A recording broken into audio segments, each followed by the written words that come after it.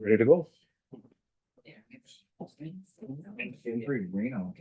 Good evening. Call the meeting to order at 5:30 PM. I am acting Mayor Luke Bone. Doug is not available at this time.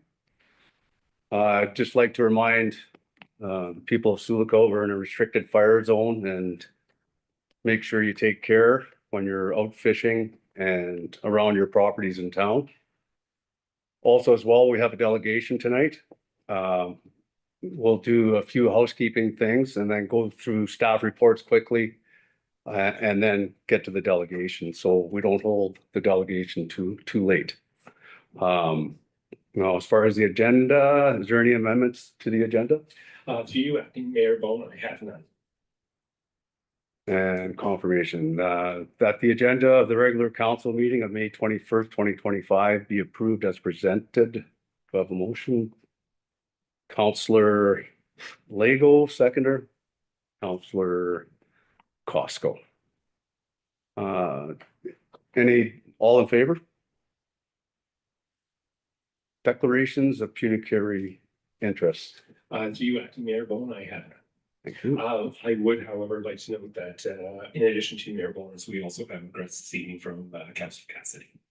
Thank you. Okay, adoption of minutes. 4.1, motion to adopt the minutes of the following meeting, April 16th, 2025, regular council meeting minutes.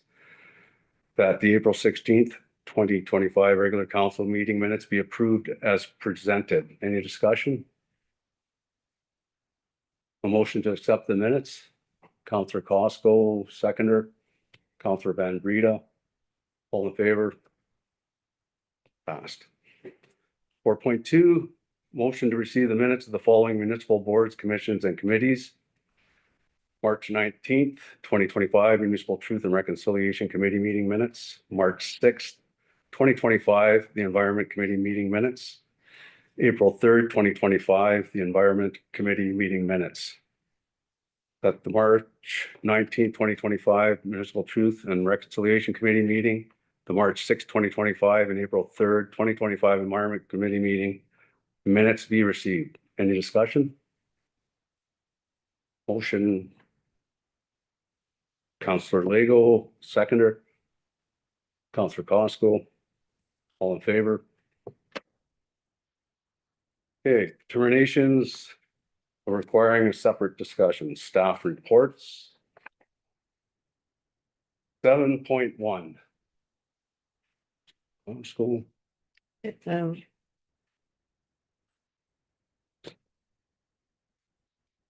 7.2.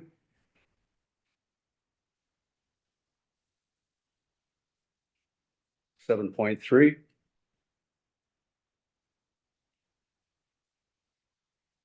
7.4.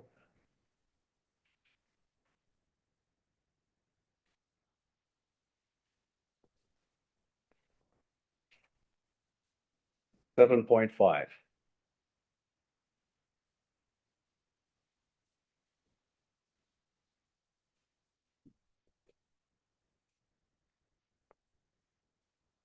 7.6.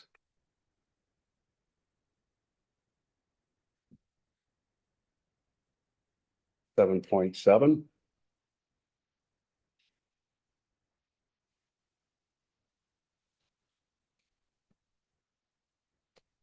7.8.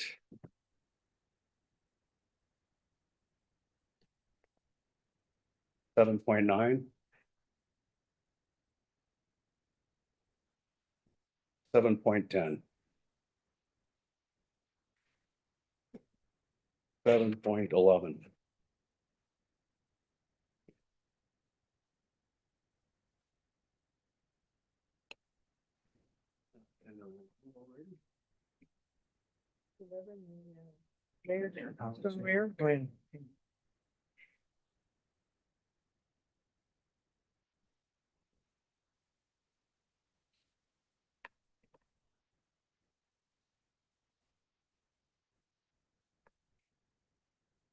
Okay, so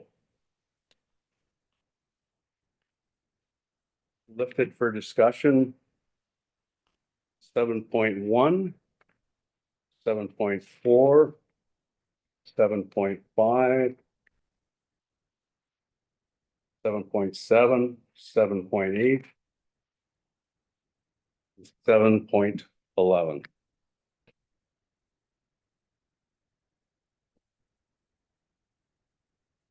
And adoptions not requiring separate discussion, 7.2, 7.3, 7.6, 7.9, 7.10.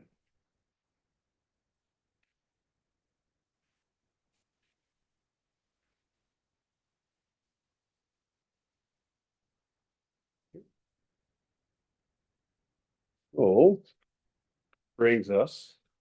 Sorry. Just we Go ahead. second here to adopt the items. Okay. Have a mover, Counselor Lego, seconder, Counselor Bosco, all in favor? Thank you.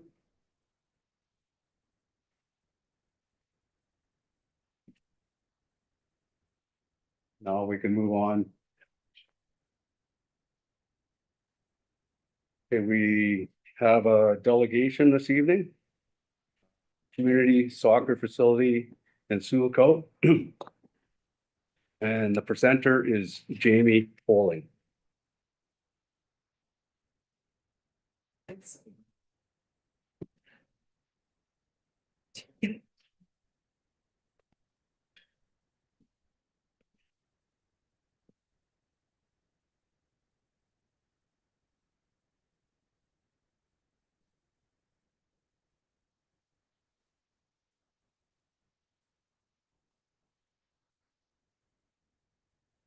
Good evening, Mayor and members of council or acting mayor.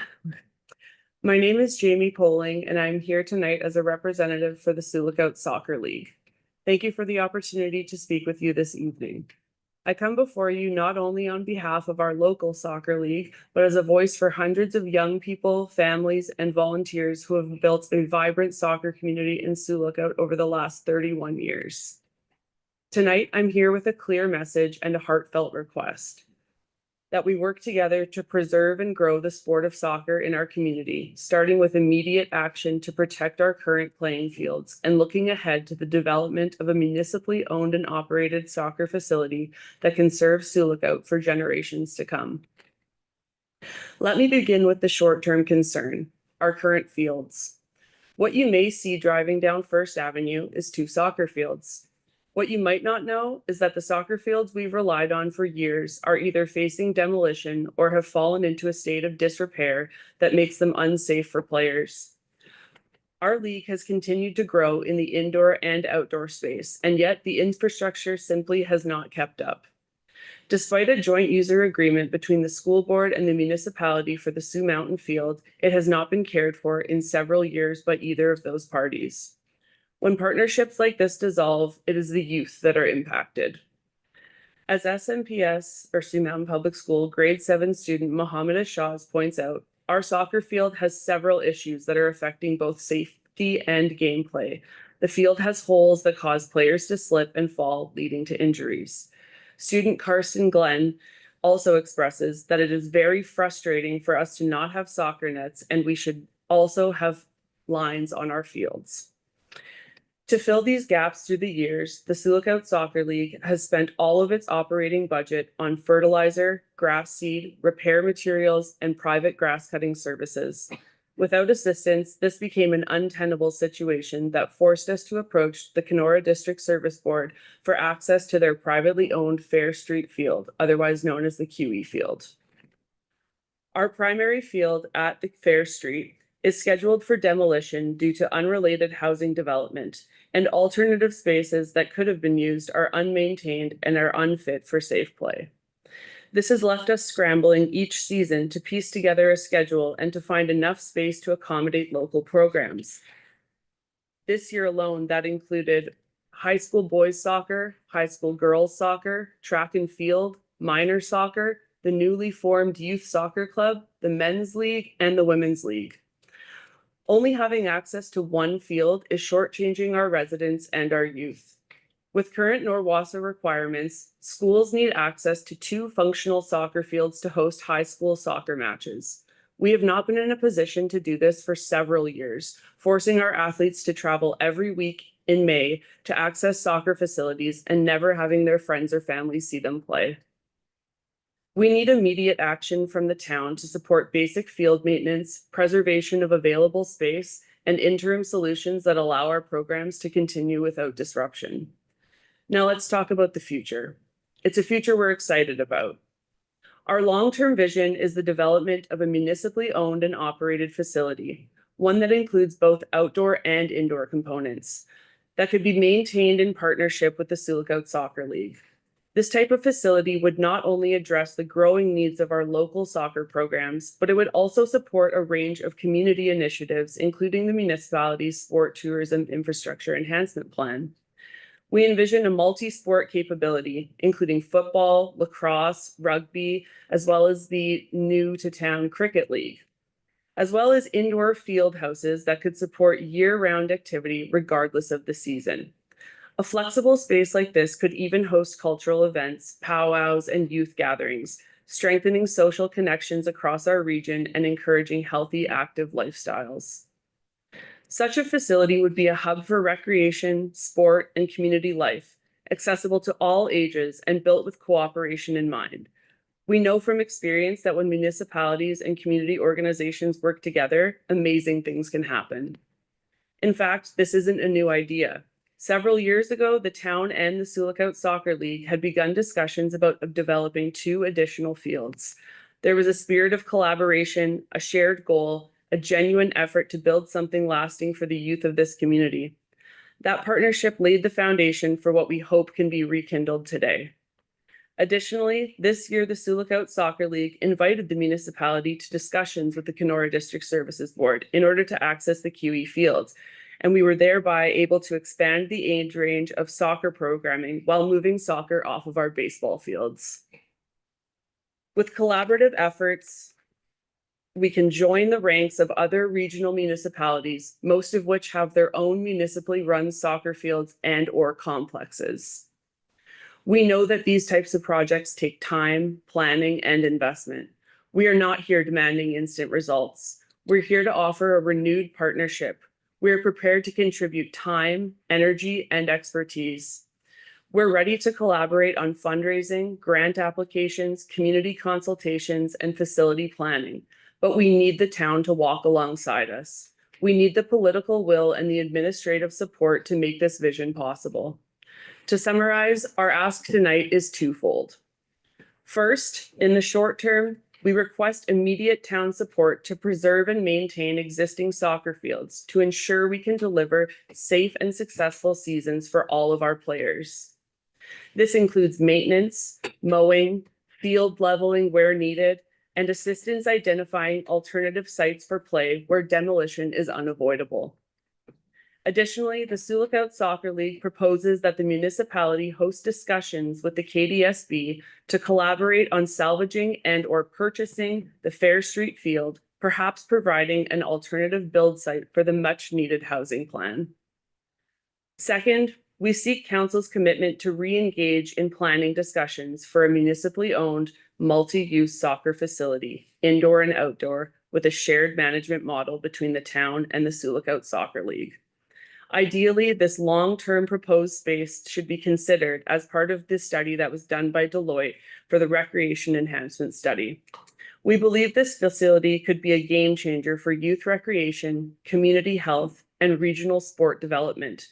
If the town is keen on becoming a hub for sport tourism, it needs to include the world's most popular, affordable, and accessible sport, soccer.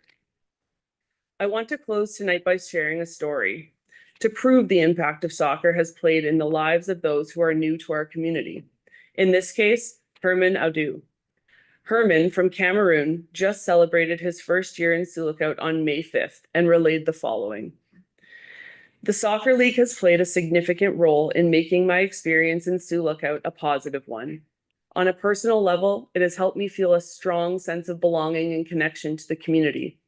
Soccer is one of the world's most accessible sports, which is why it's especially popular in developing countries. As immigrants, many of us coming from such backgrounds, having the opportunity to continue playing the sport here helps us feel at home and more integrated into the community.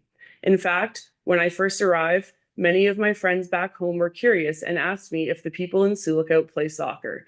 Being able to say yes and even share my own involvement in the league made me feel proud and even more connected. To take this a step further, Herman, who now volunteers his time to be the head coach for the municipality's newly added U14 team, wishes he could be here tonight but is currently coaching. When we invest in soccer, we are investing in people like Herman who give back to their community. Soccer is more than a game. It's a vehicle for connection, for growth, and for global learning and understanding.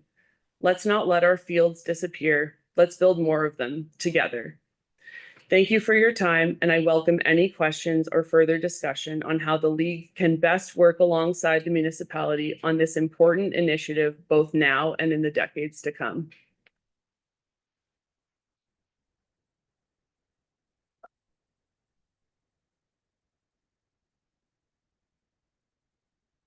Guys will just stay there. Okay, yes, on that note, the grade 7 and 8 students from Sioux Mountain Public School have written some letters to Mayor Lawrence. I wondered if I could hand those over this evening. Thank you.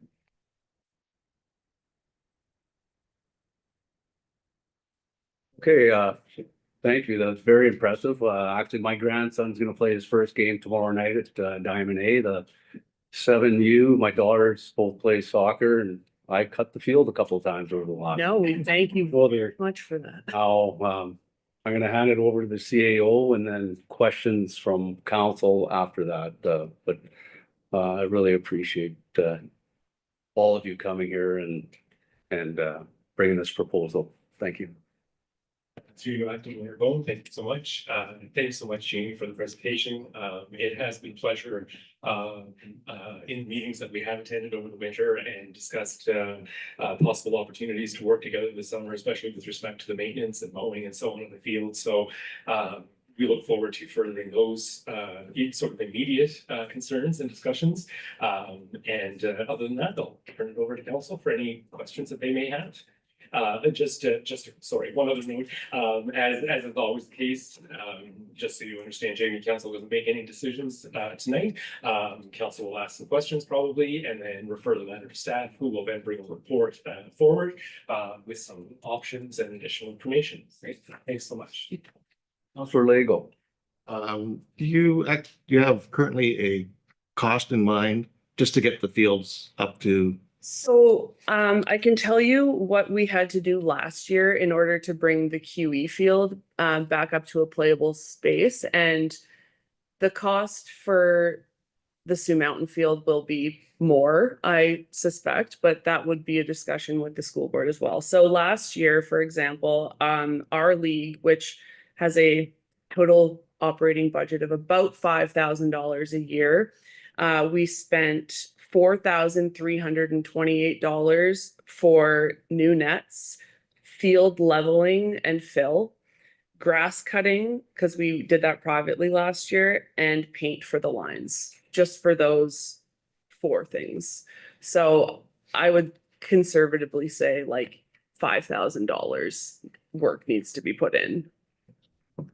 And the other school, So that would be what I would say for the Sioux Mountain School.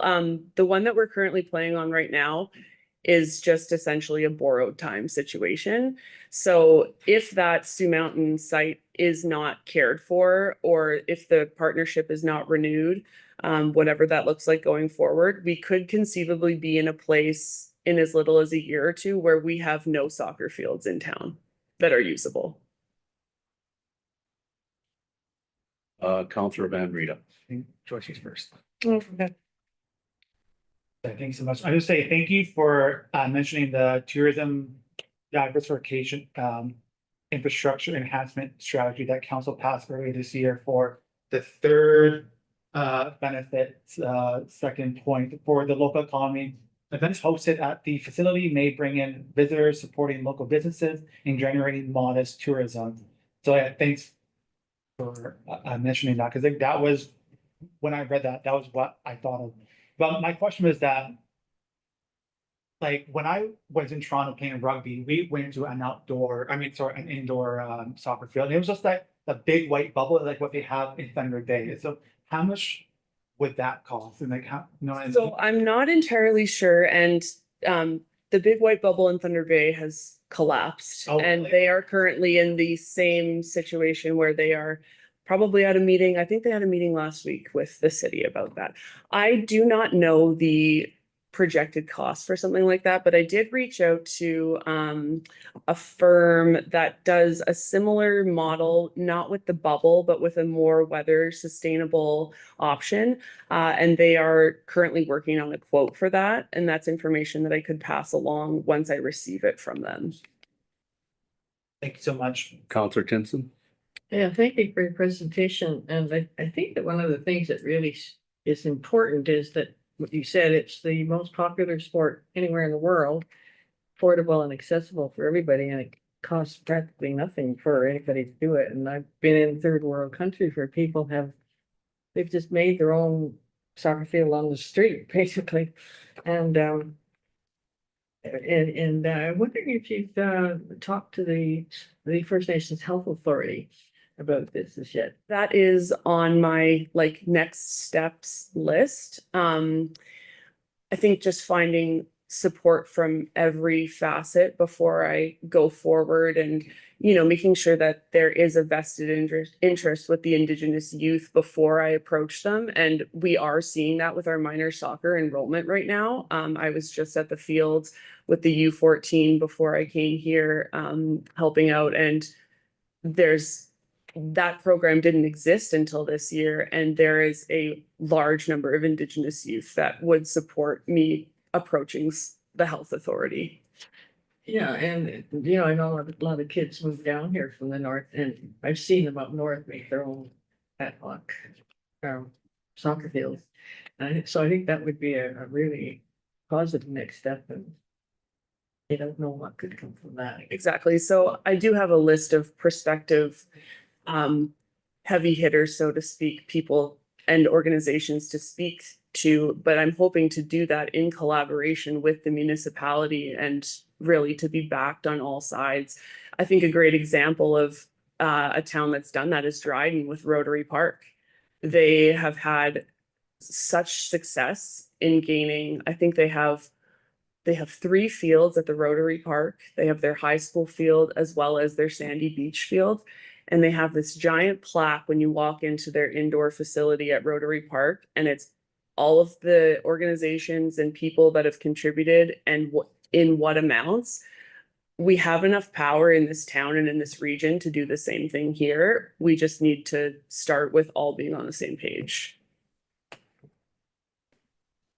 Counselor Costco? Now, where is the school board on this? Like, are they committing any maintenance, any? So in the talks that we had in the winter, myself and Brian and Meredith, etc., that was when we really tried to bring all of the parties back together that were part of that joint user agreement. Unfortunately, only 2 of those meetings are what I would call productive. And the piece with the board is that the one person that we really needed to be at those meetings was at the first one. And we're waiting to hear back from him moving forward, I guess is the best way to say that. So your vision would be the town, the school board, the soccer league, and some other community organizations would come together collaboratively to run these 2 fields. So yes, I would first like to, repair the relationship to deal with the one existing field that needs upkeep. And then start small, like what can we do to keep that field functional for everybody and how can we work together to do that? And then in the future, yes, can we all work together, school board, municipality, community organizations, to have bigger and better facilities? So right now, preserving the Sioux Mountain Public School field, ideally with the assistance of the school board, and looking at whether we can salvage this Fair Street site. Historically, those fields have been maintained by volunteers. I believe, well, Steve is there and Eric Sallow and John McCrae, and there was a team of people that put a lot of effort in. Do you have a team like that? Have a team, yes. So if we were to take this on, it would not be our sole It would not be your sole responsibility. effort with a group of people. Absolutely. Responsibility of the. Since COVID, since we've revitalized the league, it has been myself and 10 to 15 people every year that buy nets, string nets, put lines on the field, purchase paint, and make soccer possible for the community. And now with us bringing the municipality into discussions with KDSB, we've been able to move all of that soccer to an actual soccer field. So yes, we're very passionate about making sure that we can help in any and every way possible. With money, with manpower, volunteer hours, we're on board.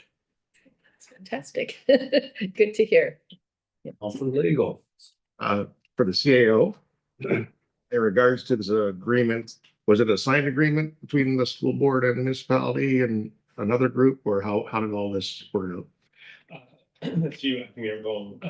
I'm not privy to the specific agreement, if there was a signed agreement between KDSB and the municipality. What I can tell you is that the municipality contributed significantly to the creation of the Sioux Mountain Field many years ago when we secured rural infrastructure funding. We contributed about $500,000 to the construction and development of that field. So that was the initial piece. I obviously wasn't in this role at that time. I was doing things in the cemetery and managing that type of stuff back then. But so certainly that will be part of the investigation that staff undertake in when we come back to the report is whether or not there was ever a formal agreement. The school board seems to think there wasn't, but I'm prepared to explore that further because typically there would be for, especially if we're contributing significantly to the, to an asset for the school board. So we'll certainly be digging into that a little further. Yeah, and also with the upcoming report, we'd look at maybe any funding that's available. Absolutely. Just one question for this treasurer. Municipal combination tax, what's left from 2025? From forward. 2024, sir? Oh, through you, Mayor Lauren. Oh, sorry. I don't have those numbers with me, but I can make sure that it gets circulated to everybody Thank you. before the end of the week. And Counselor Fosco. Now, obviously, this is time sensitive, so would we be able to have this report at the next meeting? So we can certainly commit to our ongoing dialogue and work with the club with respect to the immediate issues that we can help with, like the mowing and some of the minor maintenance. Some of the other, like the larger future pieces, that's likely going to take a little bit more investigation, especially when we're looking for grant money and what's eligible and that type of thing. So I can commit that the municipality, that administration can work with the league to address some of the immediate needs. And of course, we will, it'll be great if the school board can be involved in that as well. But we will then, because I want to make sure we bring a fulsome report that looks at, the various components of the future request and how we can best navigate a way forward to see that happen. Counselor Legal. If we could have something at the next meeting for the immediate needs financially to be brought to council. So at least we can work with the club and see what they have and then what we can top up maybe. Sure. Either through the municipal accommodation tax or through surpluses that we have.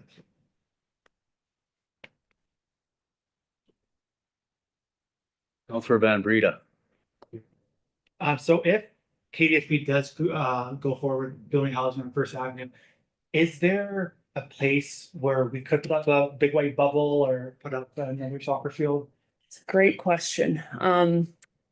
I have had two suggestions brought to me, but I'm not privy to what the status of that land is. People have repeatedly suggested the already flattened area behind the New Life Assembly Church. I don't know what the ownership looks like of that. Again, we're a small group of volunteers with a very big dream and a big ask, but that was one idea. And somebody had also mentioned that out the North Road, there is a large piece of municipally owned property that's cleared. I don't know the specific zoning. I don't know the specific address, but I hear it has town sewer and water and that it is relatively level. And if there is to potentially in the future be a hotel out there, that it could also serve as a potential location. Yeah, Counselor Timpson, and this will be the last question. Yeah, and I guess question is probably to CAO, like who owns, KDSB owns that land? Through you, Acting Mayor Bone. So lots of acronyms going around, and two of them are very, very similar. So the Sioux Mountain Field is owned by KPDSB, the school board.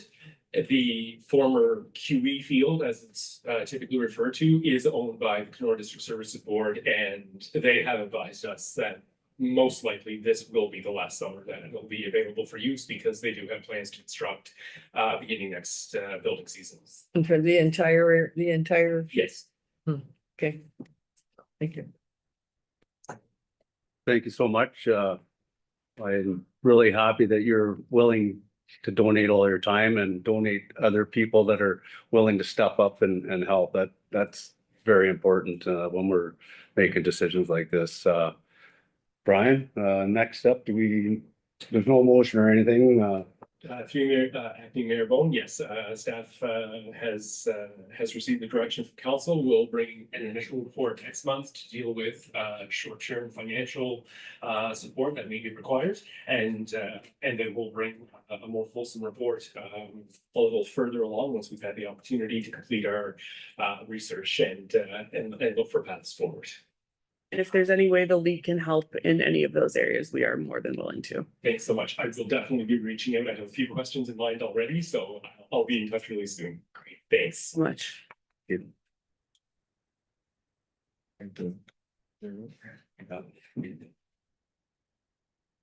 We'll let everyone exit and continue on. Yeah. Thanks,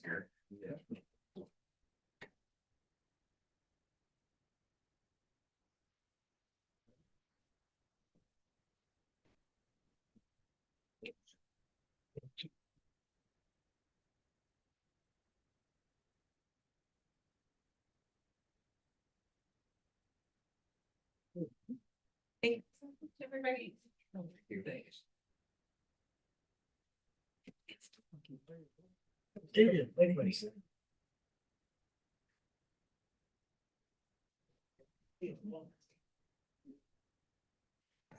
Yeah.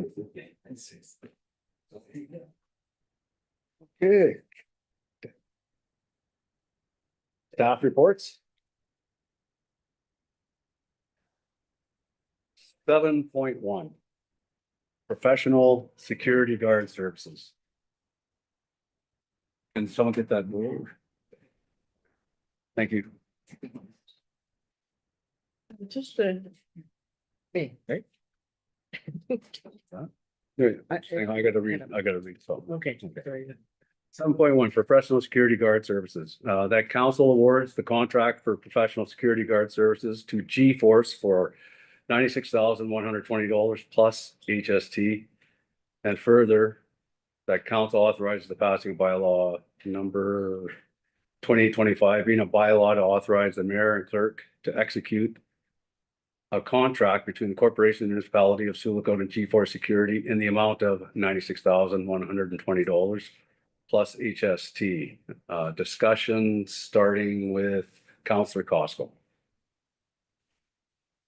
My question is just around the scope of the position, just so that the public knows what this is all about, because this is a sort of positive step forward to some of the concerns that the public has voiced over the last couple of years. So I just wanted to give you an opportunity to let people know what the scope of this is. Thank you so much to you, Acting Mayor Bone. So the intent of the security services is to provide additional support for a few areas that have become challenging from the perspective of ensuring safe space for members of the public and our staff. The idea, and part of the reason we want to do just sort of a one-year trial with one firm is so that we can sort of test the waters and see what works and what doesn't, and then there's opportunities for tweaking. So the idea is that they would be based at the recreation center, and they would sort of visit, patrol, maybe too strong a word, but visit other areas of the community, including Centennial Park and the Farlinger Park, the town beach, and sort of, you know, especially in the months when those public spaces, green spaces, get a lot of activity and with a lot of people wanting to use the spaces for a variety of reasons.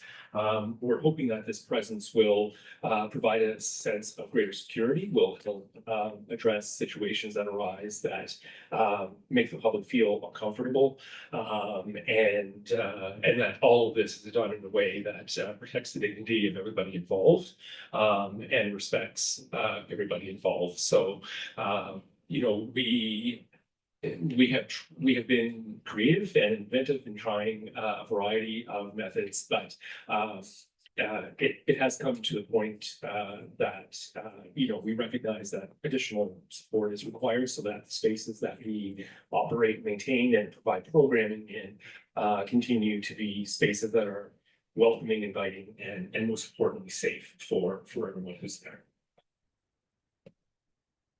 Would the employees be responsible, like, let's say the needles on the ground, would they be removing them, or are they just in an observing role? So we still have to negotiate some of those specifics with the security company. What I can say is currently our staff are picking up meals on a daily basis at multiple locations throughout town. That is an ongoing requirement. It's something that's challenging to keep up with, I'll be honest. There is you know, considerable amount of that in town. I mean, we have also been working with other agencies around the, you know, sort of strategic placement of sharps containers to encourage people to use those instead of the ground. In fact, one of the dialogues we had with one of the local agencies, we actually asked them to speak with some of their clients to ask, where should we put these that you would be more inclined to use them? And so some of the locations aren't even very visible to the general public because they have been located in places where the end users have said this would be more convenient and would be more apt to use them in these locations. So they have just been placed within the last couple of months. And so we're continuing to monitor that as well. We do have a good arrangement with the Northwestern Health Unit, whereby the needles, when they are placed in those sharps containers, there's large ones, there's medium ones, there's small, and they have a protective interior, and so our staff just essentially pulls that out, seals it, and then returns it to the health unit, and the health unit takes care of ensuring they're disposed of in accordance with appropriate procedures. Thank you. Councillor Timpson.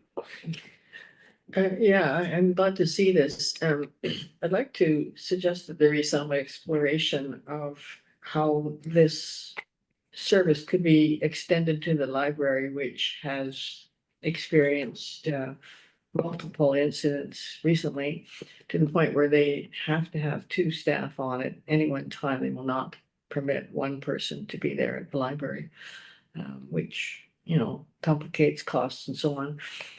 Would this person be you know, would it be appropriate for them to maybe drop into the library once in a while or be available if they have us, because sometimes the police have not responded.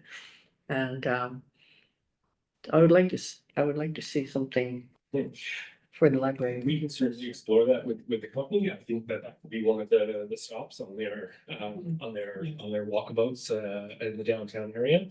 And certainly we will do all we can to support the library in that respect. On that topic, the library and security and safety, I was contacted last week by staff at the library requesting some additional assistance in that regard. I do have a meeting scheduled with Inspector Mike Kreitz, who an odd way to notify council, but who is our new detachment commander in Sioux Lookout. I just got word of that today. And so in addition to increased patrols, which have already begun, we're also going to have a conversation around other initiatives that we could implement in addition to security, but also other measures relating to, for example, some of the sub-10 principles, the crime prevention through environmental design. And so we'll be looking at a number of those options as well, and things that can be modified in the area in and around the library to make it less desirable for folks when they're under the influence or otherwise intoxicated. Just to follow up there, with this person, does this company have this person trained in naloxone? Sorry, In naloxone? That's, I think yes, that is administering naloxone is something that they can do if required. We also envision, I think, a close working relationship with, again, some of the other agencies in town, the slip and harm reduction team, the Northwestern Health Unit, and so on and so forth. So I think that there's an opportunity here to leverage not just this investment from council, but to also work with some of our other stakeholders and partner agencies around appreciating and ensuring that we get the full benefits of the investment.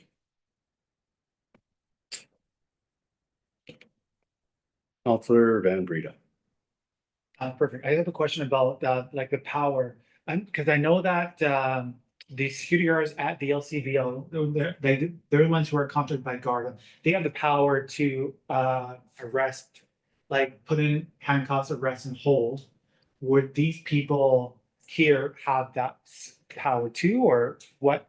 You know, I mean, like, where's the line of can they arrest, can they hold, or are they just all, or were they just observe and call the police, or?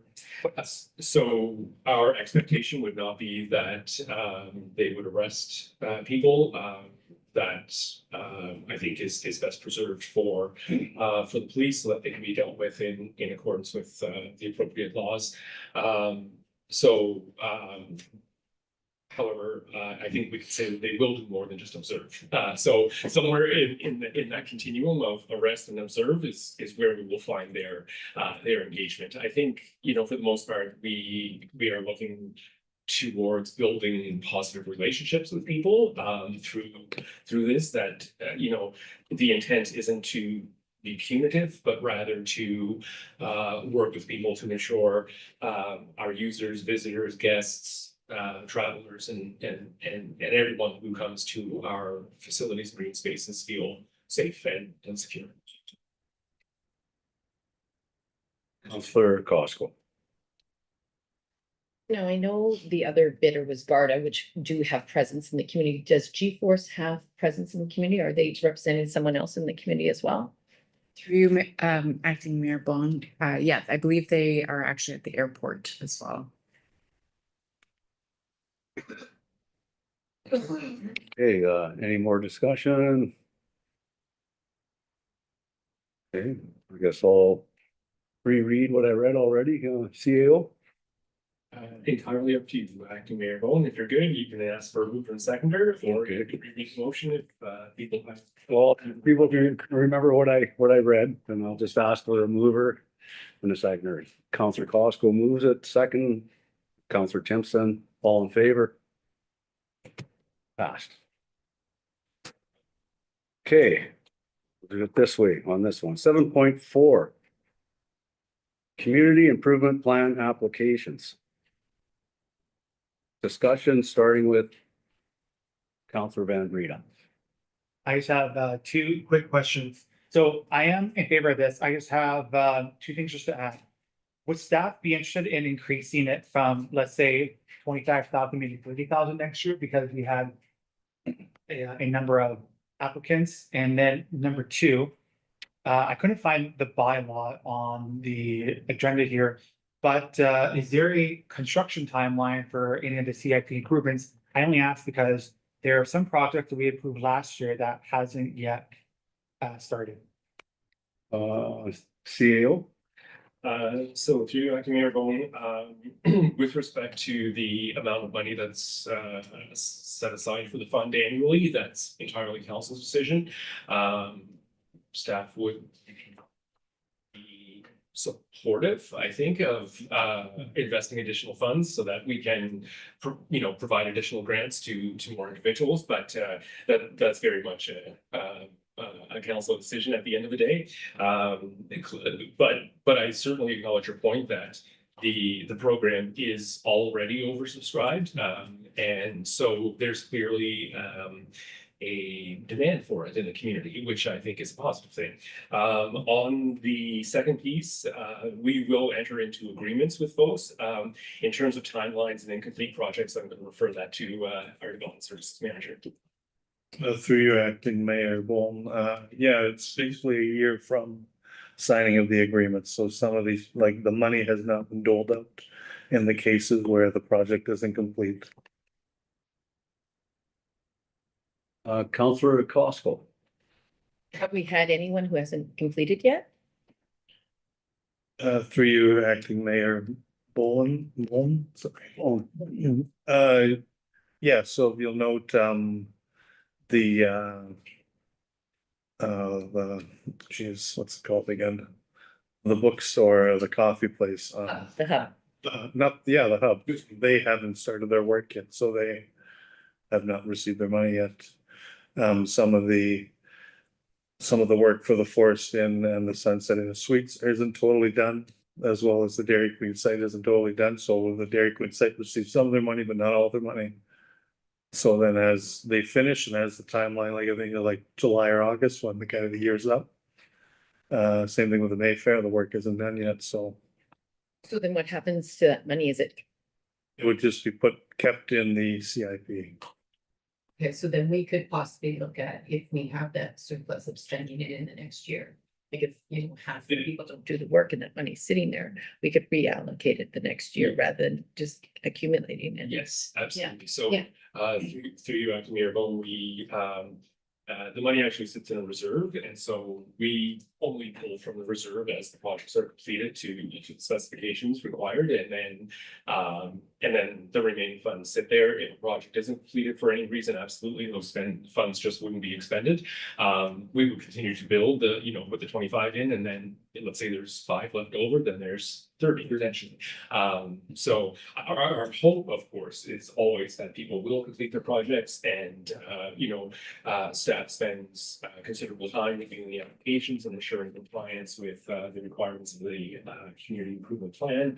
And so, the end goal, of course, is to provide assistance to residential and business owners, and so our goal, of course, is to see all projects completed. But we also recognize that sometimes things come up, and businesses have other priorities, and sometimes they have to pivot, and we respect that, of course. Any more comments? Okay, that council directs staff to award the following incentives through the community improvement plan and to enter into an agreement for the disbursement of these funds with each successful applicant. Number 137 Prince Street, Kendall Schultz, residential intensification grant, 6,000, application fee grant, 573, total of $6,573. Number 259 King Street, CompuCount accounting services, facade improvement grant, 5,000, improved signage grant, 2,000, total 7,000. Number 3, 60.5 Front Street, Hildebrand Holdings. Building renovation and improvement grant, 6,000, total 6,000. Number 4, 326 Highway 72, Lamplighter Inn Motel, building and renovation and improvement grant, 3,427, signage improvement grant, 2,000, for a total of 5,427. Now, there's no bylaw or anything. Do we need a motion? Do you know, through you, acting mayor Bone, yes, so we just need a mover and seconder to sort of approve that recommendation. Okay, so motion to accept this report, Councillor Lego, seconder, Councillor Van Rita, all in favor? Passed. Okay. 7.5. Airport lands lot creation. Discussion starting with Councillor Costco. Again, this is a big change, so I just thought I'd give the CEO an opportunity to let the public know about this. The other question that I have, I might have a couple of questions once you explain it, is once there are existing lots and they're defined and surveyed, and would people in the future maybe have the opportunity to purchase them? Or will it always be a lease situation? Because I do believe that when you're investing on leased land, the bank treats you much differently than when you own your own. Yes, so people might welcome that opportunity. Absolutely. Thank you, Councillor Costco, through you, acting mayor Bone. So the intent of both 7.5 and 7.6 is essentially to create, as you've explained, individual lots for all of the specific lots of the airport property. Currently, the airport is registered on title. Land registry office is just one big parcel of land. And all of the internal lots have sort of been identified, you know, by the airport and whatever. But one of the primary reasons we're moving forward with this initiative is there have been examples in the past where errors have occurred with not on our end, unfortunately, but sometimes on the end of some of the lessees, whereby errors have been made by their lawyers with land titles office, and in some cases we have been told that, you know, oh, you don't own the airport anymore, and it belongs to this tenant, because of the administrative errors. So this process will absolutely ensure that never happens again. It'll also ensure, for the purposes of our lease agreements, that the lot sizes are undebatable. They're surveyed. They're very clear. All the bars are in the ground. So it'll assist in that respect. It's good planning. It's something that you know, I think has always been wanted to be done, but we've now gotten to the point where we're here and we're ready to pull the trigger. With respect to your question about lease land versus sale land, so our general rule of thumb is that anything that's airside, we're always going to keep as leased land. It's a general practice in the aviation industry, but anything that's ground side, there's room there for potential sale versus lease. So it's still a mixture. Development services manager, if I've missed anything, please let me know. Through you, acting mayor Bone. So the focus of this right now is more on the airside lots, which are like the one side, and the east side is all developed as right now. The west side, outside of the 5 of the smaller lots and the one bigger lot, they're all spoken for, and leases are being paid on them. So to an extent, they've all been developed already. They will remain as lease land. But as we expand to the north eventually, then yeah, there are maybe opportunities to sell, but obviously at the discretion of the airport manager. Any more discussion? Question for CAO. We talked about this the other day. All this has to be read out. Through after Mayor Bowen, unfortunately, yes. Right. Happy to assist if you like. Only the first 6. All right, sounds good. All right, airport lands lot creation, that council authorizes the passing of bylaw number 3125, being a bylaw for the creation of separate lots legally described under plan 23R 15041 as follows. Number 1, part extension of Sioux town site, formerly block 10, sometime known as Grand Trunk Pacific Block 10, being part 1, plan 23R 15041, part of pin 42043-2149 LT. Number 2, part extension of Sioux town site, formerly block 10, sometimes known as Grand Trunk Pacific Block 10, being part 2, plan 23R 15041, part of pin 42043-2149 LT. 3, part extension of Sioux town site, formerly block 10, sometimes known as Grand Trunk Pacific Block 10, being part 3, plan 23R-15041, part of pin 42043-2149 LT. Number 4, part extension of the Sioux town site, formerly block 10, sometimes known as Grand Trunk Pacific Block 10, being part 4, plan 23R-15041, part of pin 42043-2149 LT.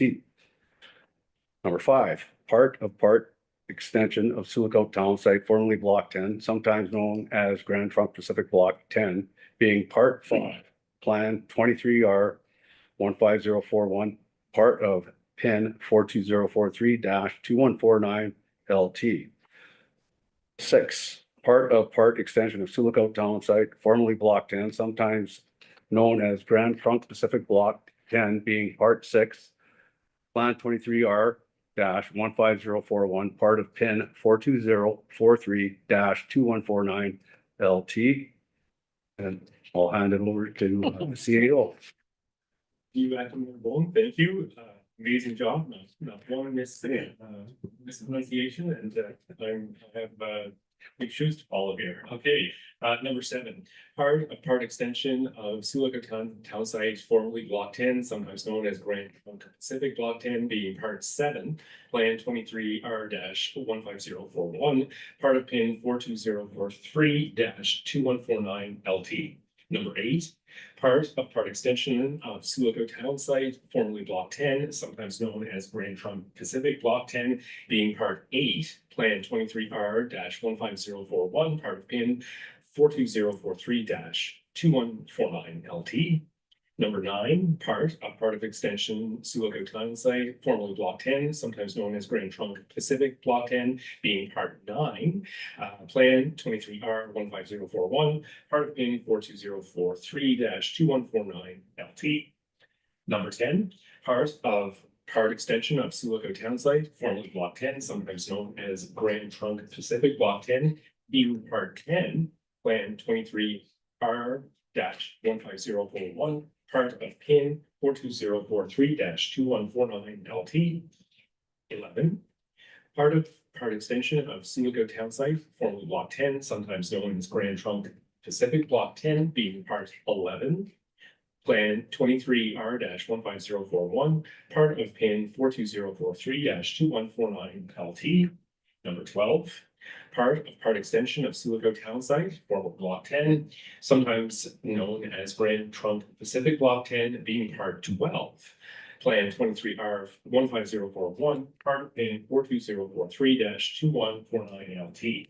And further, that council authorizes the passing of bylaw number 33-25, being the bylaw for the creation of separate blocks legally described under plan 23R-15004 as follows. Number 1, part of the extension of town site of Sioux, formerly block 10, sometimes known as Grand Trunk Pacific Block 10, being part 1, plan 23R-15004, part of pin 42043-1909 LT.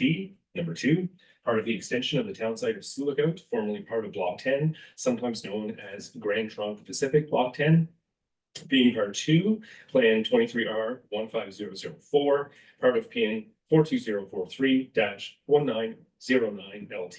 Number 3, part of the extension of the town site of Sioux Lookout, formerly part of Block 10, sometimes known as Grand Trunk Pacific, Block 10, being Part 3, Plan 23R-15004, part of Pin 42043 1909 LT. Thank you for the help. A motion to accept? Counselor Timpson, seconder. Counselor Van Breda, all in favor? Okay. 7.7. Award multi-site building condition assessment project. Starting with discussion with Counselor Van Breda. The only question I just have is, when was the last time each building had a assessment on them? Through you, acting Mayor Bowman, the airport terminal has never had one done because it was, recently rebuilt. The Hugh Allen Clinic and the Tourist Information Center was about 5 years ago, I believe. And then the arena was maybe 10 years ago. And that was done by Queen Asking.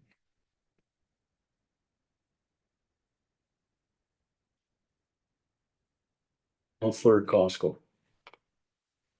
Over the buildings that we recently did 5 years ago, did we do the repairs? Through your acting Mayor Bowman, we have done some of the repairs. The Hugh Allen Clinic, we've replaced the condensers and the air handlers on the roof. And we did some roof upgrades at the Arena Fitness Center. But some of the other stuff that are still performing well, in the other buildings we haven't budgeted for yet.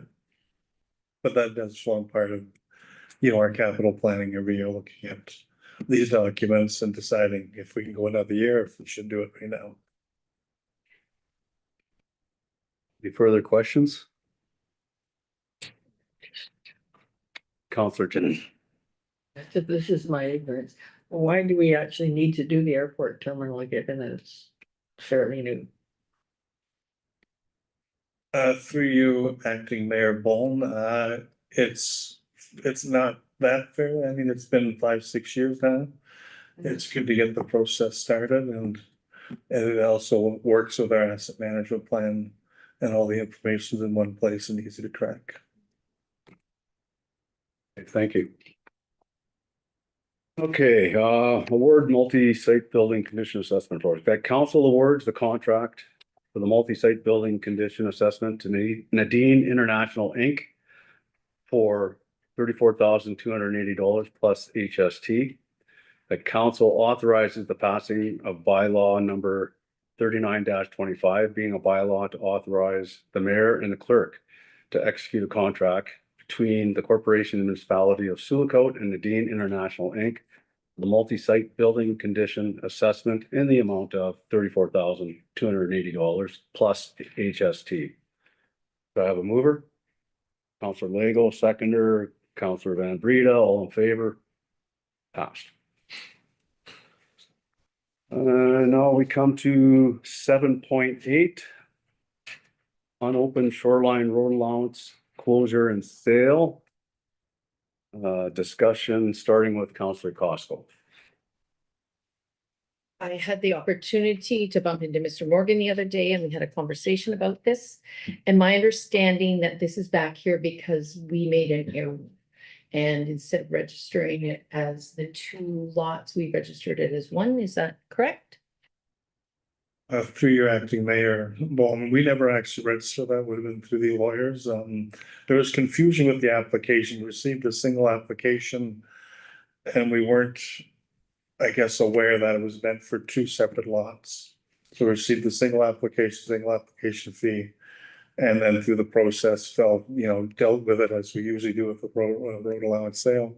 And sold the direction to our lawyer was it was a single parcel. And then that's where kind of the confusion came in. And then once we kind of a bit more back and forth, realized the error. and have, so this is the process to correct that, yes. So did the lot get registered as one lake shore for the two lots, or just the one lot got registered? Acting Mayor Bone, it never, I don't believe it got registered as one lot through the two.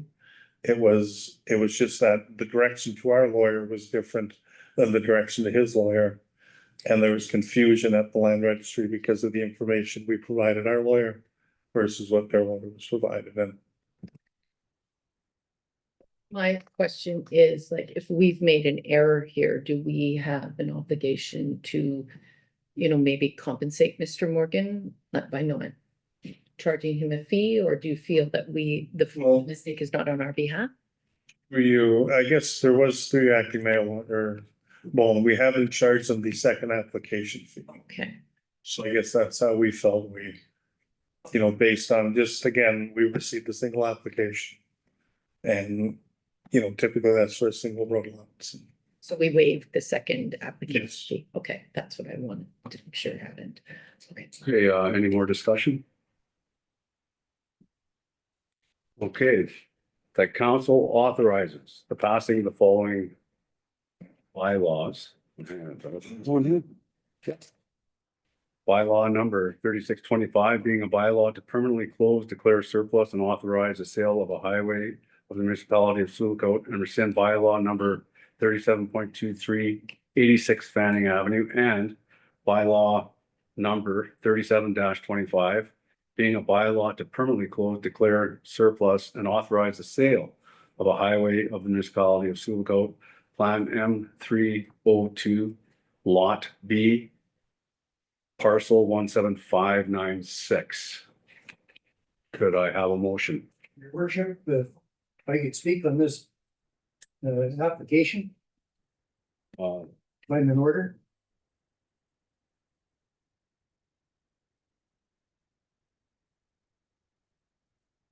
Sure. Good hesitation here. I just think of what you're gonna say, that's all. Sometimes I need a filter. Yeah. That's what things tell me.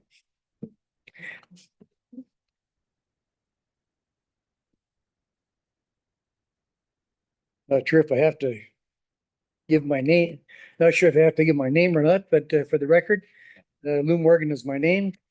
We applied for lot severance or for the shoreline purchase on 86 Fanning Avenue. And that was presented to the town of Sioux with two applications, which I have right here. There's a separate application for lot 86 Fanning Avenue, Lot A, Plan M302, parcel number 17595, tax roll 9200 20060 to purchase shoreline reserve road allowance. Second application is here, 86 Fanning Avenue, no number given on the tax roll. It's Lot B, Plan M302, parcel 17596, tax roll 92000 20070 to purchase shoreline reserve.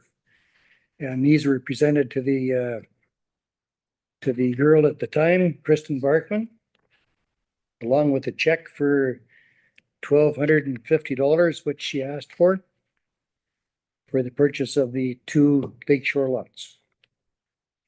So, and therefore, what happened through your system, I'm not sure. I have all the correspondence here through Kristen Barkman with regards to the two lots, and that they were not to be married together.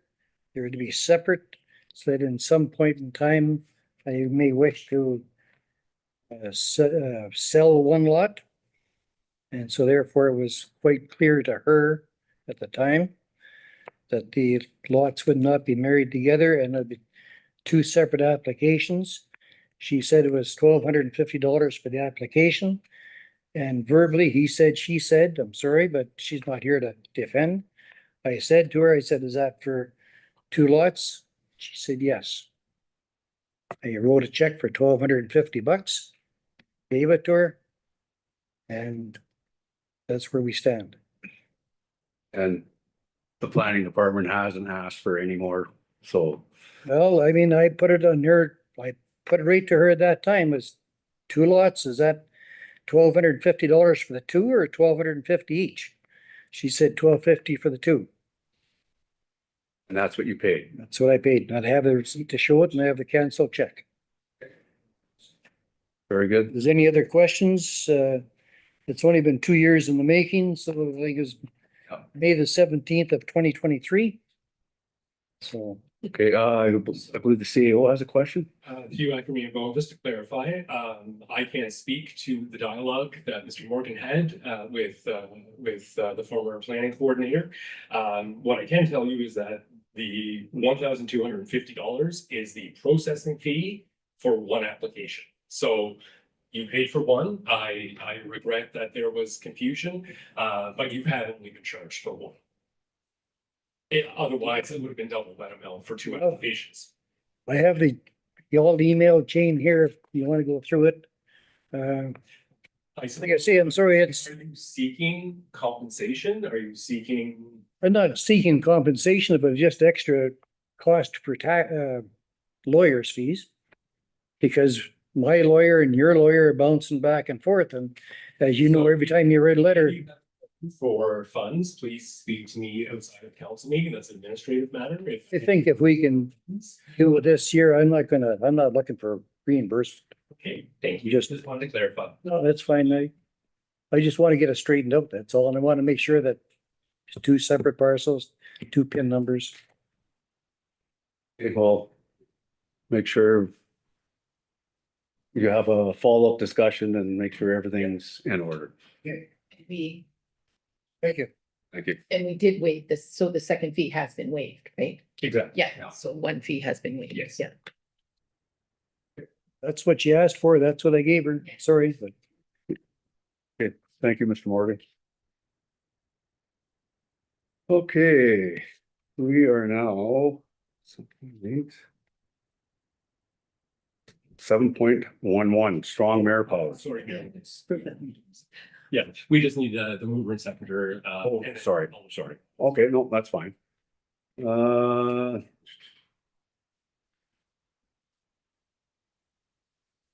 Okay. Council authorizes the passing of the following bylaws. Bylaw number, well, we did, I read that over. Okay, so we need the motion and the mover. Motion by Councilor Costco, seconder. Timpson, all in favor? Passed. Okay, next, 7.11. You voting on the bylaw 3725 as well? No, I already read them. They were read already. 7.11, strong mayor powers. An overview for council discussion. This is an informational report for council review and discussion. CEO. To you, acting mayor Bone, thank you. I'll just make a long story short. So as of May 1st, the province of Ontario extended what's been termed strong mayor powers to an additional 169 communities, most of them small rural communities. Sioux Lookout was one of the communities that was that those powers now apply to. Staff has undertaken some research. We put together a report that sort of explains the evolution of where this came from, dating back to the amendments to the Municipal Act in 2022, and the evolution since then. We've provided an overview of what these powers are as they relate to specific areas, including council committees, that is, committees that are comprised solely of council members, powers regarding municipal administration, powers regarding budget, powers regarding veto with respect to provincial priorities, immunity provision. So there is there's a number of aspects to the strong mayor powers. Based on what we have seen in response to that in the last 3 weeks or so, 4 weeks, I guess, since the last council meeting, but since the beginning of May, many communities have expressed a desire not to use those powers. They feel that the existing democratic process has served them well for many decades, and don't feel that they require these strong mayor powers to advance the business of the municipality or any of the provincial priorities that are listed in the regulation. So I had attended a number of webinars. I've had conversations with other clerks who have had strong mayor powers for a while. Our treasurer has also done the same from the budget side of things and the financial side of things. So a few points, I guess, just to note. There is no giving them back. It's been established, the powers are there. It really more comes down to whether or not any particular mayor is going to exercise those powers and how they're going to exercise those powers. I think Mayor Lawrence put it quite well at the April meeting in his opening remarks. When he and I'm paraphrasing, so I apologize if I don't get it exactly right, but essentially, from his perspective, the confidence of council and any influence that he has is earned rather than bestowed. I think is how he phrased it, or something along those lines. And I think that resonated with many members of council, and I know it certainly did with staff. There are, I can see how this may have some utility in very large municipalities where they have full-time mayors and councillors. The mayor has his own staff. That's not the situation we find ourselves in, or many of the other 169 communities that have these powers bestowed upon them on May 1st. So I certainly get the impression, and I don't want to speak for Mayor Lawrence, I think he spoke for himself well at the last meeting, but certainly from what I'm seeing throughout the sector, the sense that I got from members of council, and again, I didn't want to presume to know your feelings on this, but my sense is that we will sort of take if I can, and I'm using this example because it's close, and I have had a really wonderful, positive conversation with the city clerk in Thunder Bay, who has been dealing with this since 2023, and Mayor Boschkoff's approach has been very hands-off, and so if that's the will of this mayor, and with the support of council, then administration would work to implement those procedures that still need to be in place to satisfy legislative requirements. For example,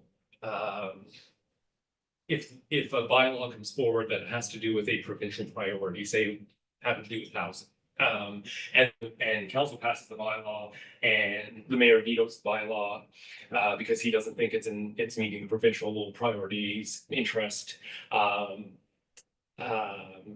Then there's another period of time where council can then override the veto. Like it gets very complicated and convoluted. So the approach that Thunder Bay has implemented, which I think is clean, neat, efficient, meets the requirements, but still allows council to do the job that they've been elected to do as a whole, which is essentially, the mayor delegates in advance, I'm not going to veto this bylaw. I'm not going to present the budget. I'm going to defer to the CAO and treasurer to bring that forward. I'm not going to exercise the powers with respect to being the sole member of council to hire or fire senior administration and the CAO. those types of things. So how they dealt with it in Thunder Bay essentially has been where everything is being recorded and being posted on the website so the public knows if the mayor does, and when in most cases he does not exercise those powers, because that is a requirement of the legislation. And if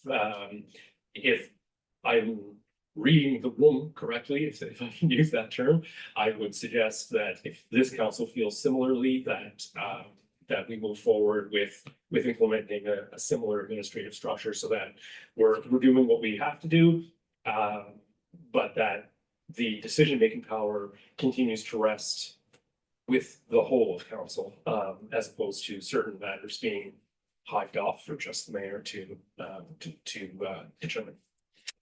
Happy to answer any questions to the best of my ability. As you can imagine, there's been a lot of information in the last couple of weeks, and we're doing our best to absorb it. And there's still more coming. There's more webinars coming up in the next couple of weeks that I'll be attending as well. So lots of learning, but we're working hard to ensure that whatever council's wishes are in this regard, that we're there to fill them.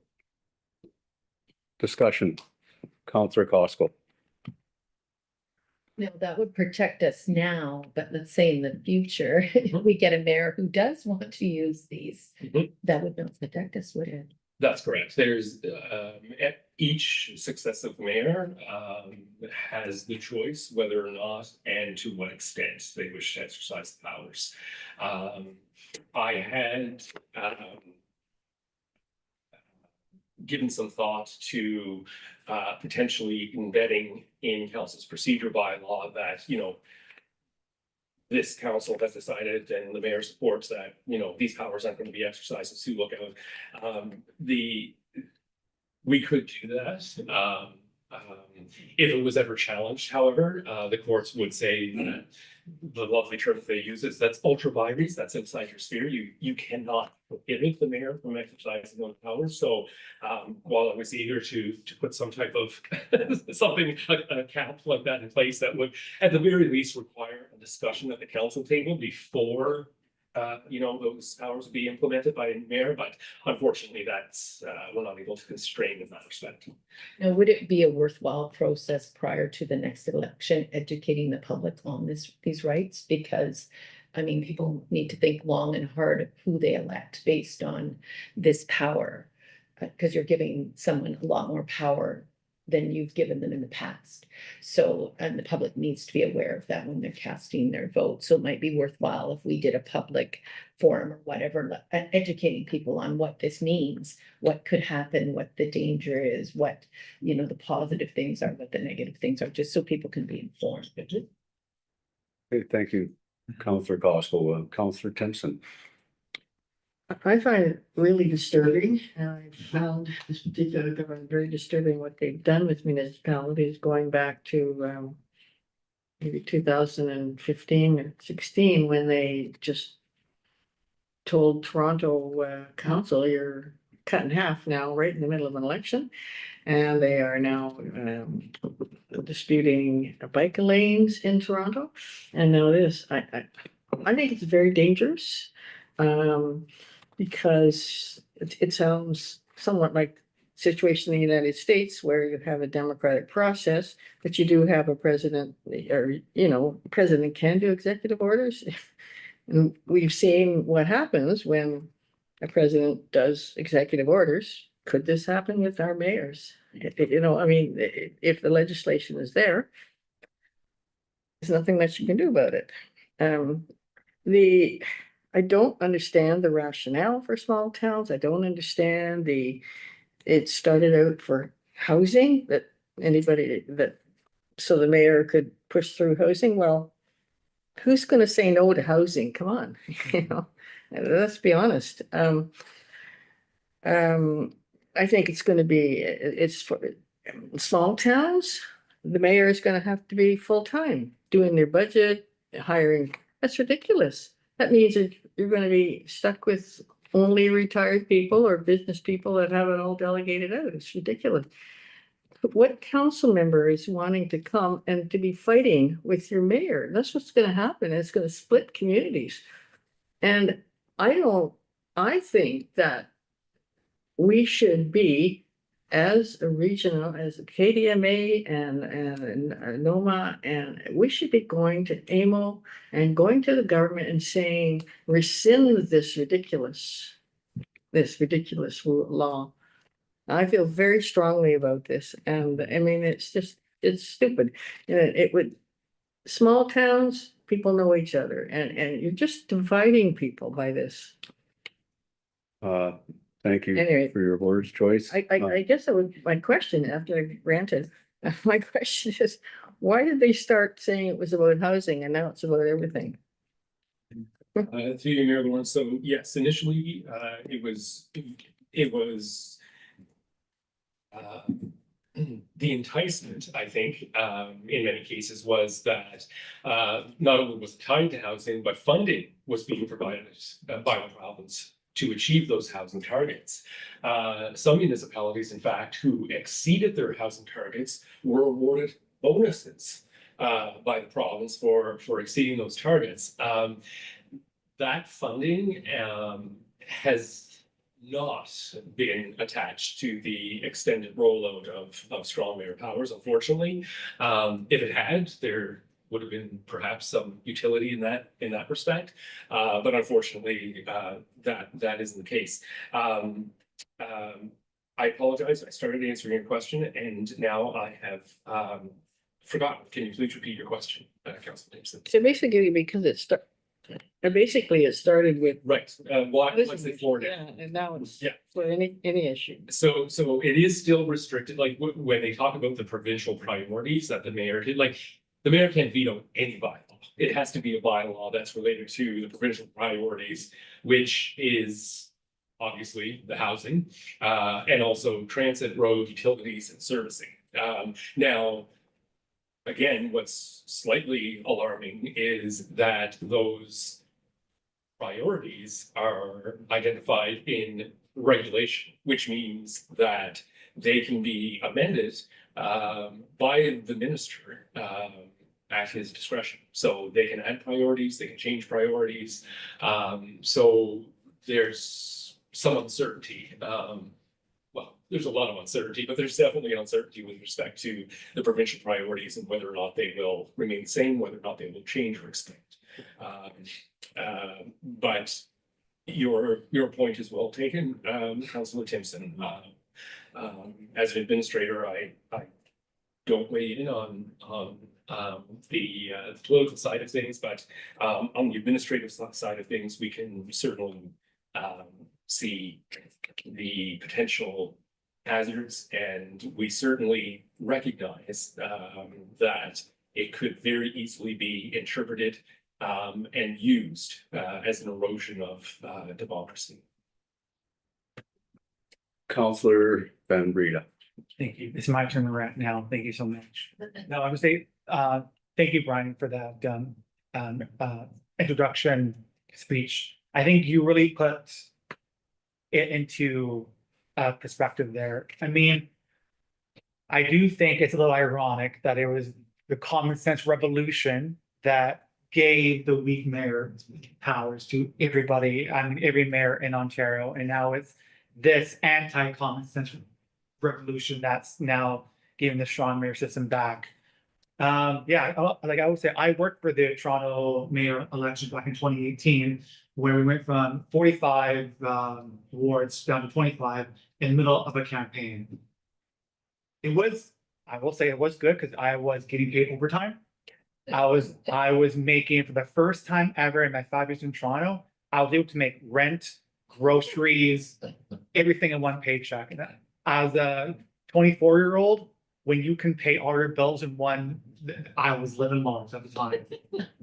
But again, in the middle of a campaign, it was chaotic. It was, saying chaotic was putting it into small terms. But I forgot where I'm going with this now, but no,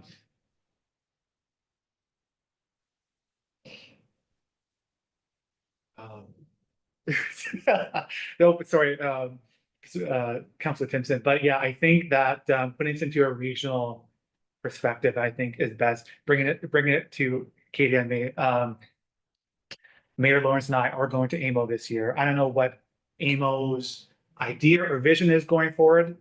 But I do feel like it is that to also note that every mayor except for the city of Canora's mayor has said that they're not going to use this power.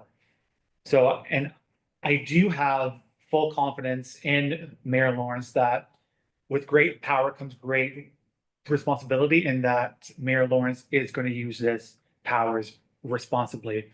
However, though, I don't know what's going to happen in 2026. I don't know what's going to happen the next mayor that comes in. So, for the people who are watching at home, the next mayoral race, like your vote will matter.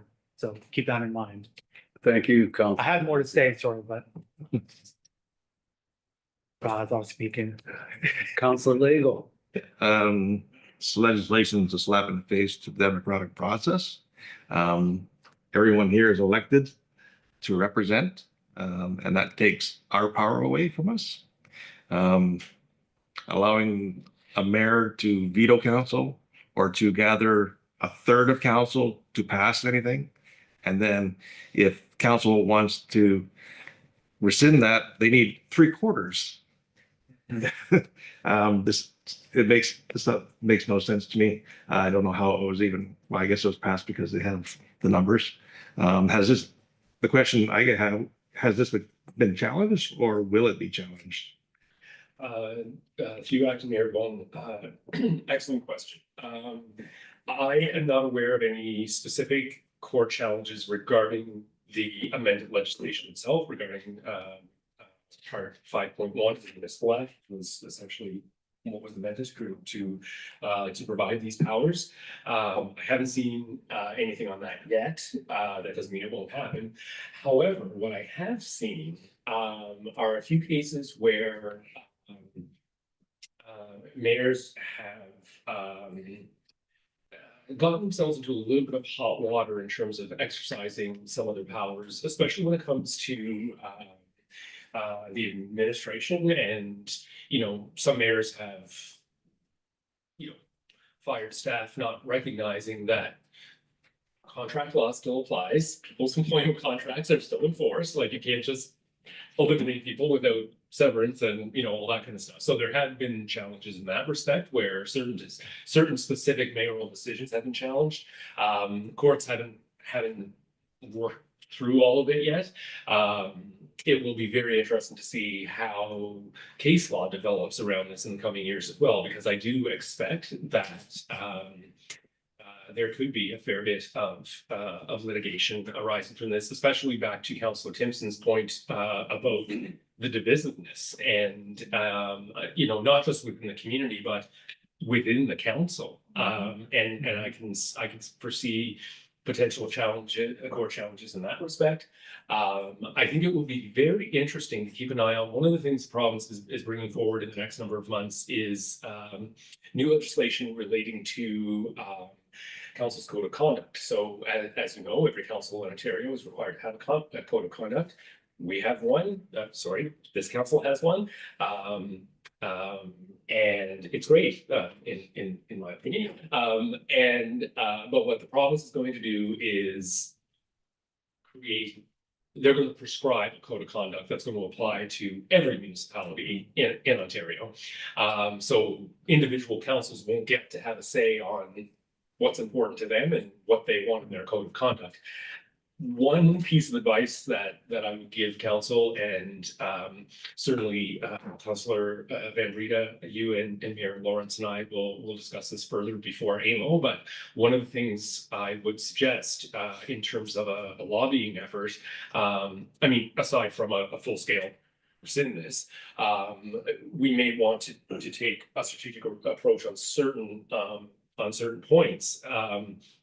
And I think in that regard, there's an opportunity to look at some of the specific powers and press the government for an explanation. How does the mayor having unilateral power to determine the organizational structure advance transit, roads, housing? Where are the linkages? And I think that's part of what we need to press the government on is, what is the rationale? What is, what are the tangible benefits that you're expecting from, especially from extending the powers, but no additional money to help with the housing piece of it, which is sort of the big thrust at the outset. Okay, thank you. Sorry, the mayor. Well, you have another comment or? Yes, sorry. Make it brief. I will make it really brief. When Brian started, I remembered what I forgot. I remember what I forgot. Talking about housing. So when I was doing my research, the only time that the strong mayor power came to get housing built was in Hamilton, because the council of Hamilton voted down an affordable housing project, and the mayor just said, I want to use my powers to advance it. But as of right now, that was the only time that the strong mayor power was able to get housing built. Councilor Legal. I guess to say, once you get everything figured out, Amo, would there be a training session for this? To you, Acting Mayor Bone, yes, we as staff would be happy to put together a training session, especially with respect to how we're going to manage this administratively and how we're going to inform the public each step of the way in terms of what this is going to look like. I think I think a further dialogue where Mayor Lawrence is in the room, I think would be useful as well. I think he, I know we didn't plan his trip this way, but it just happened to work out this way that he's not at this meeting. And I think he actually wanted council to have a fulsome conversation so that he didn't want council to feel awkward or whatever. But now the council has had that conversation. Certainly what I'm hearing from the room is a whole lot of consensus that there's not a whole lot of desire for these powers to look out, and that whatever we can do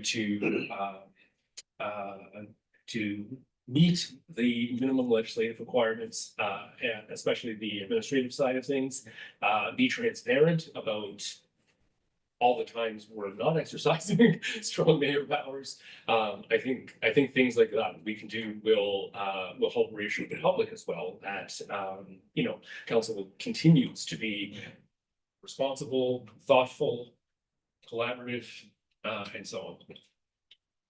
Thank you. Just so you know, as acting mayor, the strong powers don't come from the mayor to the acting mayor.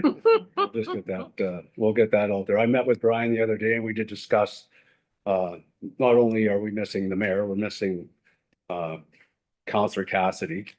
And every day a different mayor is putting his perspective in the paper on what he thinks. My take on it is, I just feel that it's just a download of more work from the provincial government. Like, here, you guys do this, you guys take care of that. Perhaps in the June meeting, we can have the training session when we're all around, or make sure we are all around. If it's not the June meeting, the July meeting. And, we can go through the language, which is now part of the municipal act, if I'm not mistaken. So, this is an informational report. There's no motion or anything to be had. Can I say? Joyce, go ahead. Yeah, I'm sorry, but I don't think we should be taking this sitting down, This is really at the root of what we're all about. And I'd at least like us to go down fighting. I'd like to suggest that invite the our provincial representatives to council and express our dismay at this. I would like to take it to KDMA. I'm hoping that people will take it to NOMA, to Roma, to AMO. We have our premier, he wanted to invoke the notwithstanding clause when he divided the Toronto Council in half. I mean, that is not what the notwithstanding clause is for. It's not for that kind of thing. And if we don't fight it, we're gonna be dictated to. So I'm saying, let's go down fighting. Okay, thank you. There you go. Next. Are we with the bylaws? Do I read that out or?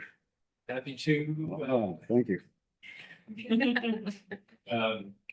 I'm sure everyone wrote that at home, certainly my management team are thinking, yeah, he does like to listen to himself. So I'll be happy to leave them out. Teasing. To do that. Yeah, as they smiled, they didn't say it. Yeah, that's true. Okay, so bylaws being presented to council for 3 readings and passing this evening.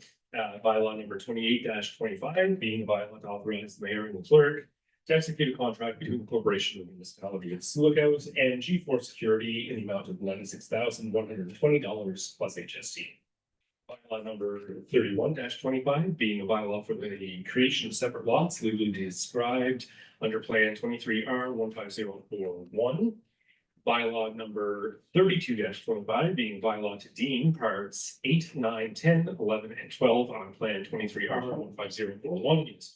Sioux.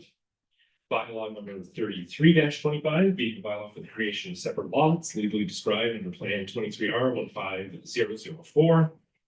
Bylaw number 34-25 being a bylaw to authorize the mayor and the clerk to execute a contract between the corporation and the municipality of Sioux and making contractors for the Pelican Park lift station force main upgrades and Highway 72 service extension in the amount of $3,659,053.25 plus HST. Bylaw number 35-25 being a bylaw to authorize the mayor and clerk to execute a contract between the corporation and the municipality of Sioux and WSB Canada Inc. for the water standpipe replacement study in the amount of $60,500 plus HST. Bylaw number 36-25 being a bylaw to permanently close, declare surplus and authorize the sale of a highway of the municipality of Sioux and to rescind bylaw number 37-23 being a bylaw to permanently close to their surplus and authorize the sale of a highway of the municipality. This is respecting 86 Fanning Avenue shoreline allowance. Bylaw number 37-25 being a bylaw to permanently close, declare surplus, and authorize the sale of a highway of the municipality. This is respecting Plan N302 Lot B, parcel 17596, also related to 86 Fanning Avenue.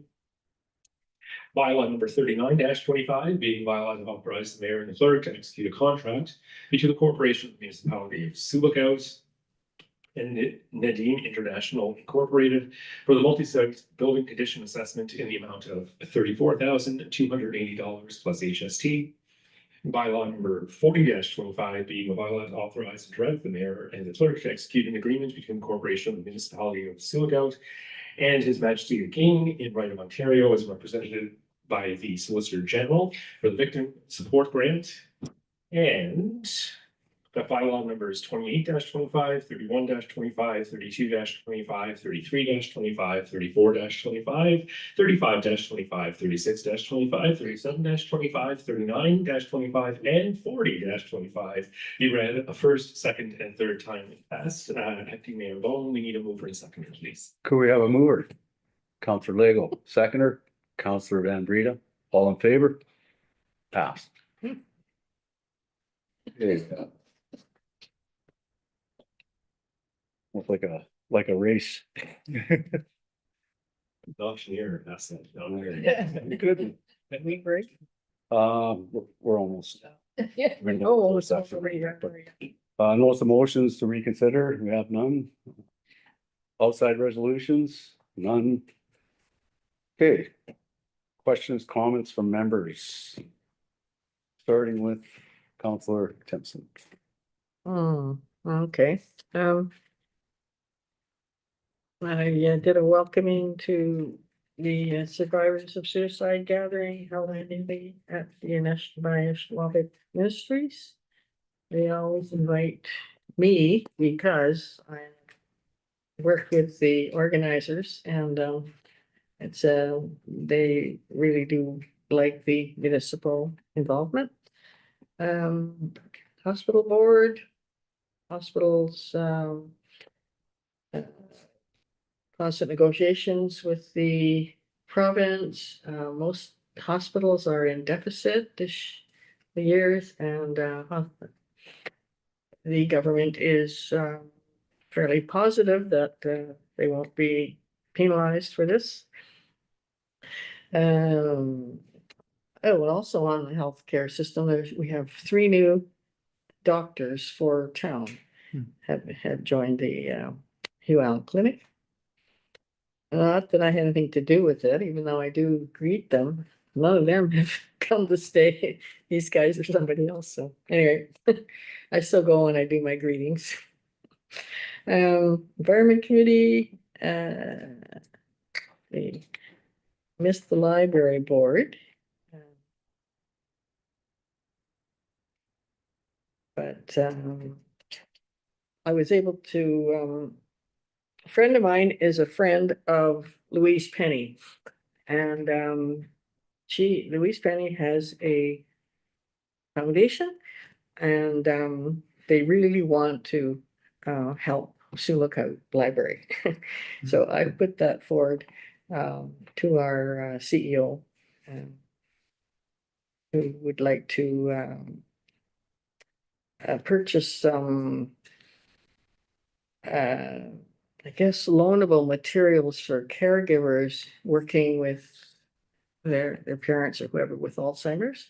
So it's quite an interesting possibility. So, and that's pretty well my month. Thank you. Counselor Van Breda. Thank you.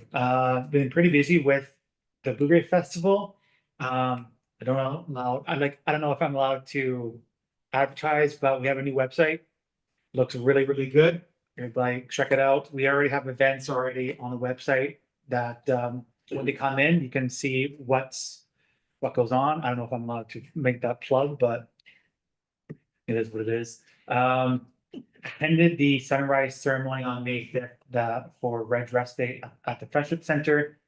Attended the environmental committee, at the TFC committee. Also, I don't know if you've seen around town, we have the new signs that will go out to various businesses and places around. It just says, welcome to Sioux Lookout, with the traditional name, please excuse me, Wananino Wangang, which means Bay of Sandy Beaches.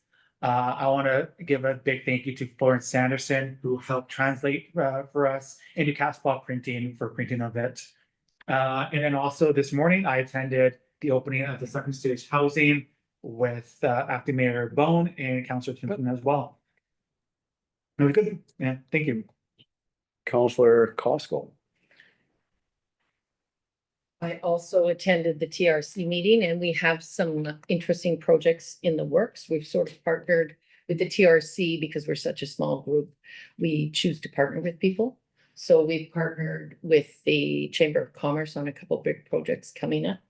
And yeah, and the signs, this was an ongoing, I think how this started was the traditional name sign had been removed from the airport. So as a solution, just to get the name out there, we decided to do these stickers and sort of sticker the whole town, just to create knowledge that this is the traditional name of Sioux Lookout. This is the original name. So we're hoping to get them out in all the businesses and around town and, you know, just educate people. And I know it'll take a long time to do that, but that's a big project that we're working on. I'm also meeting with Brian next week, and we have an upcoming committee of the adjustment, and I've had various conversations with members of the public on various topics. Thank you. Counselor Lego. Quiet month, well, for municipal stuff. Has a few questions from members of the public, just directed them to who they needed to go talk to. So hopefully that occurred. And I attended the LCC meeting on May the 6th. Basically, the only issue coming out of there was the removal for aesthetics purposes down Highway 72. It eats into the forest management plan buffer that they're supposed to leave. So pretty well everything's been resolved, so. But that was the only issue that was brought up. That was it. Hey, thank you. I had a busier than usual week since Mayor Lawrence went on his trip, May 13th. I attended the Pelican Falls First Nation 2024-25 graduation. And they asked me to come, well, they asked Mayor Lawrence to come, and I went in his place to say a few words to the 18 graduates, and I just let them know how impressive it is that they graduated in the first place. I also, they all come from different communities. None of them, come from Sioux. So that in itself it impresses me. And at one point, with my sports background, I just told them straight up, looked them in the eye and said, you guys are, in my eyes, you are champions. So I had a good time there. May 14th. Got up, was having my coffee and got a quick message from CAO. And I met with the Municipal Emergency Control Group to discuss the possibility of providing logistical support for evacuees due to the forest fires in the region. Yesterday, I met with the CAO to go over the agenda and talk about the strong mayor powers. This morning, along with councillors Van Breeden and Timpson, I attended the Roots and Wings transitional grand opening, which will house 20 to 25 women and children.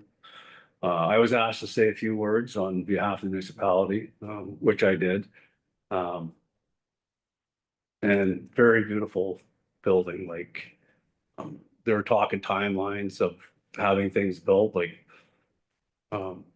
2 years from, I think, digging into the ground to having the parking lot and stuff. Like I think those are pretty good timelines. Yeah, so just waiting for Doug to come back. Okay, I guess anyone want to take a quick break before we go into closed session? Mm-hmm. Okay,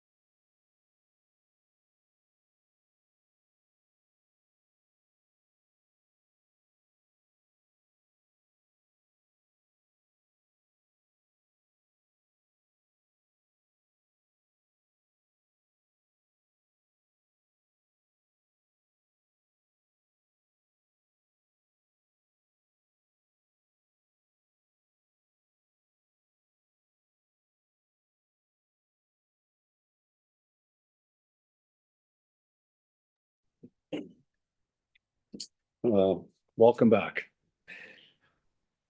Could I get a motion to move into closed session? Counselor Costco, can I get a seconder? Counselor Timpson, all in favor?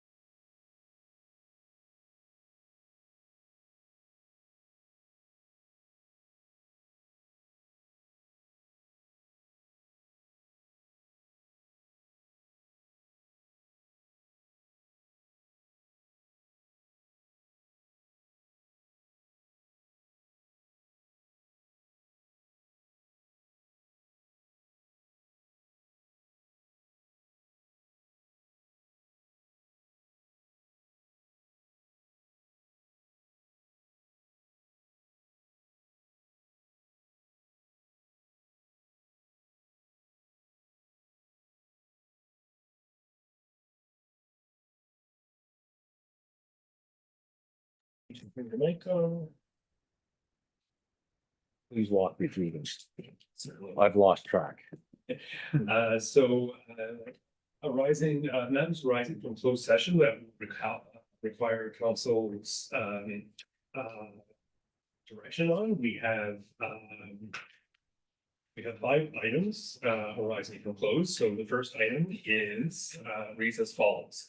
That council authorizes and directs the mayor and the clerk to negotiate agreements and documents regarding the sale of hereinafter described land by the corporation of the municipality of Sioux to Adam Kelly, Block C, Hillcrest Drive.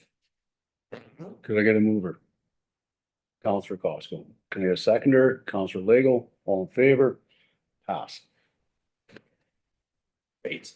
Item 2 will essentially is ratifying direction that was given to class staff in closed session. Sorry.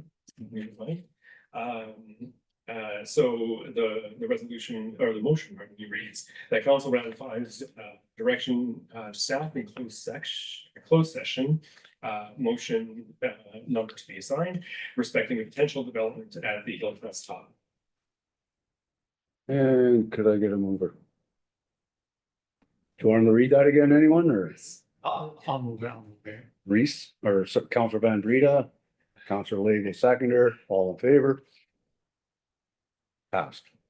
The next item is as follows. The next motion, council directs the mayor and the clerk to negotiate agreements and documents regarding the sale of hereinafter described land by the municipality of Sioux to LWD Corp. 10 Sturgeon River Road.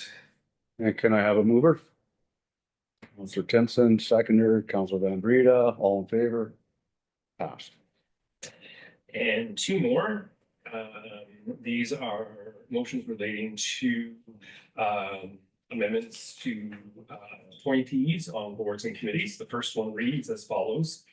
That council approves amending Schedule A to bylaw number 68-22, being a bylaw to make appointments to various boards, commissions, and committees by delegating Wendy Simpson from the Municipal Accommodation Tax Committee. And further, that council approves amending Schedule A to bylaw number 68-22, being the bylaw to make appointments to various boards, commissions, and committees by adding Rohit Gupta to the Municipal Accommodation Tax Committee as the hotel representative. And could I get a mover? Counselor Legal, seconder. Counselor Timpson, all in favor? Passed. And the final item arising from closed session, motion reads as follows. That council approves amending Schedule A to bylaw number 68-22, being a bylaw to make amendments, to make appointments to various boards, commissions, and committees by adding Len Eziol Carroll to the Environment Committee. And could I get a mover? Counselor Van Breda, seconder, Counselor Timpson, all in favor? Passed. And to you, Acting Mayor Bone, we just need the confirmatory vote. Item 16. Got her.